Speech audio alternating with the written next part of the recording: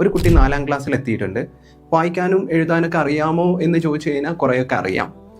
പരീക്ഷയിൽ മാർക്കൊന്നും ഒരിക്കലും ഉണ്ടാവാറില്ല.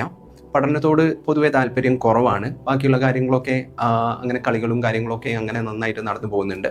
ഇതാണ് ഒരു കുട്ടിയുടെ അവസ്ഥയെങ്കിൽ ആ കുട്ടിക്ക് ലേണിംഗ് ഡിസബിലിറ്റി ആണ് എന്ന് നമുക്ക് പറയാൻ പറ്റും. പല രക്ഷിതാക്കളും പല ടീച്ചേഴ്സും പല ആളുകളും കരുതുന്നത് ഇത് ലേണിംഗ് ഡിസബിലിറ്റി ആണ് എന്നുള്ളതാണ്. പക്ഷേ യാഥാർത്ഥ്യം എന്താണെന്ന് വെച്ച് കഴിഞ്ഞാൽ ഇങ്ങനെ പഠനത്തിൽ പ്രയാസമുള്ള കുട്ടികൾ എല്ലാ ആളുകളും ലേണിംഗ് ഡിസബിലിറ്റി ഉള്ള ആളുകളല്ല. എല്ലാ കുട്ടികൾക്കും ലേണിംഗ് ഡിസബിലിറ്റി ഇല്ല എന്ന് മനസ്സിലാക്കാം.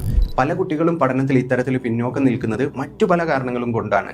അത് അവരുടെ ജീവിക്കുന്ന സാഹചര്യങ്ങൾ കൊണ്ടോ അല്ലെങ്കിൽ അവർക്ക് പഠിപ്പിക്കുന്ന രീതികൾ ഫോളോ ചെയ്യാൻ കഴിയാത്തതുകൊണ്ടോ മറ്റു പല ഫാക്ടേഴ്സും അതിലുണ്ട്. ലേണിംഗ് ഡിസബിലിറ്റി എന്ന് പറയുന്നത് ഒരു ന്യൂറോളജിക്കൽ കണ്ടീഷനാണ്, ഒരു ന്യൂറോ ഡെവലപ്മെന്റൽ ഡിസോർഡറാണ്.